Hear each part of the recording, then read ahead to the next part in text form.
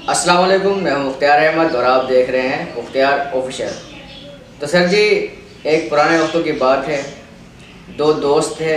एक दोस्त जो था वो शहर का था और एक दोस्त गांव का था। तो दोनों के अंदर बड़ी दोस्ती थी, मोहब्बत थी। तो गांव वाले दोस्त ने जो क्या किया, वो शहर वाले दोस्त की दावत की और उसे दावत पे अपने घर बुलाया गाँव में।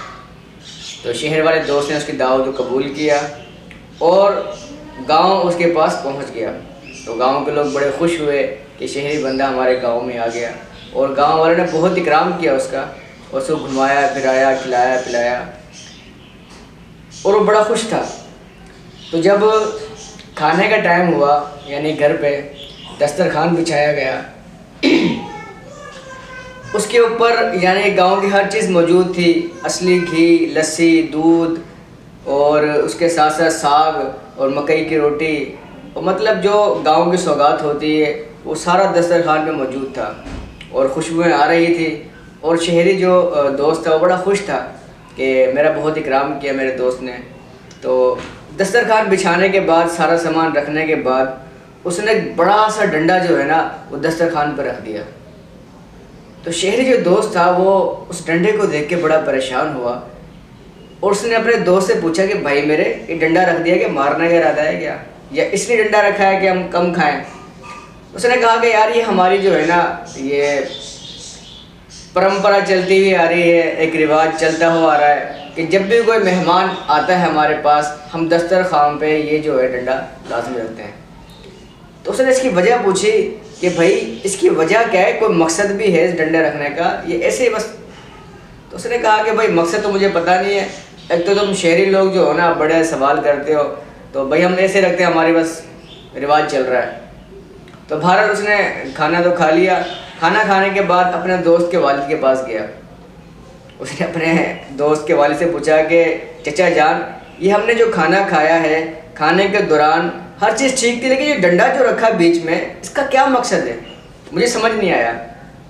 तो उसके वालिद ने कहा कि बेटा, असल में जो हमारे दौर में डंडा जो था ना वो 4 फीट का था, इन्होंने 5 फीट का कर दिया, 1 फीट बढ़ा दिया। ये लोग ऐसे ही है, आगे से आगे ना अपना काम करते रहते हैं। उन्होंने कहा जो 4 फीट का डंडा आपके दौर में था, तो इसका मकसद क्या था रखने का दस्तरखान पे, मकसद क्या है?